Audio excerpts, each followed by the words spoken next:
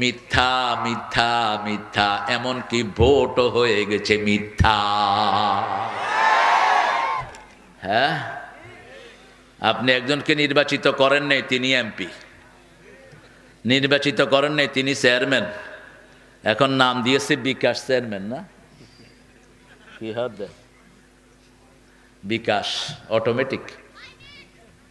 হ্যাঁ, এখানে থাকো, মৃত্যুর পরে এটার হিসাব নিবেন কে? খবরদার, কারো রায় চুরি করবেন না। সবচেয়ে শিরকের পর্যায়ের গুনাহ এটা, মিথ্যা। কি পর্যায়ের গুনাহ? শিরকের পর্যায়ের গুনাহ।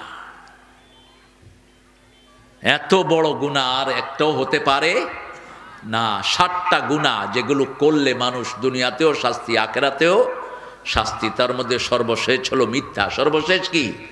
মিথ্যা। আল্লাহ রাব্বুল আলামিন সেজন্য বলছেন তোমাদেরকে পরীক্ষা করা হবে। রাসূল সাল্লাল্লাহু আলাইহি ওয়াসাল্লাম পরীক্ষিত হলেন, ধৈর্য ধারণ করলেন, হেরা গুহা থেকে আসলেন, স্ত্রীকে বললেন জাম্মিলুনি, cover me up with blanket, আমাকে মুড়িয়ে দাও ব্ল্যাঙ্কেট দিয়ে, কম্বল দিয়ে, কমলি। আপনার কি বলেন কম্বলকে? কম্বল, কিন্তু সিলেটে গিয়ে বললেন না। সিলেটে কম্বল অন্য জিনিসকে বলে,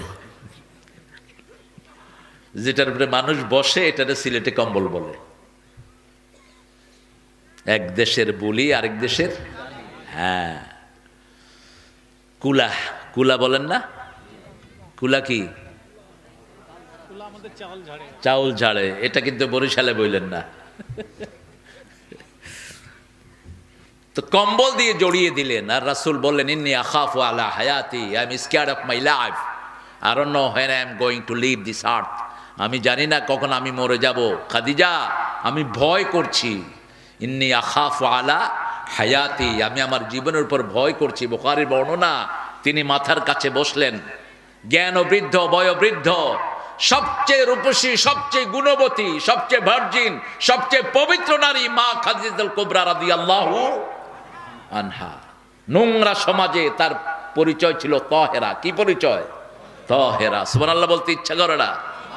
তাহের মানে হলো যিনি নিজেও পাক, অন্যকেও পাক করে। ঠিক না ঠিক? তাহের তুহুর। আমাদেরকে আজওয়াজুম মুতাহহারা দান করবেন কে? আল্লাহ। তার জন্য 2টা আমল লাগবে। কয়টা? ঈমান লাগবে আর আমলে সলে লাগবে। ঈমান লাগবে, পিতামাতার খেদমত লাগবে। ঈমান লাগবে, প্রতিবেশীর খেদমত লাগবে। ঈমান লাগবে, প্রতিবেশীর সাথে ভালো ব্যবহার লাগবে। ঈমান লাগবে, সামাজিক জীবনে অনেক ভালো কাজ করতে হবে। এই ভালো কাজগুলো যারা করবে না, তাদের ঈমান আল্লাহর কাছে কবুল হবে না। সে আল্লাহ রাব্বুল আলামিন বলছেন, মুহাম্মদ সাল্লাল্লাহু আলাইহি ওয়াসাল্লাম যখন আসলেন, মাথার কাছে বসে মা খাদিজা বললেন, আপনি এতিমকে আশ্রয় দেন, বিধবাদেরকে নিজের কাছে জায়গা দেন, গরিব দুঃখীর মুখে খাবার তুলে দেন, কোনো বিপদ আল্লাহ আপনাকে দিবে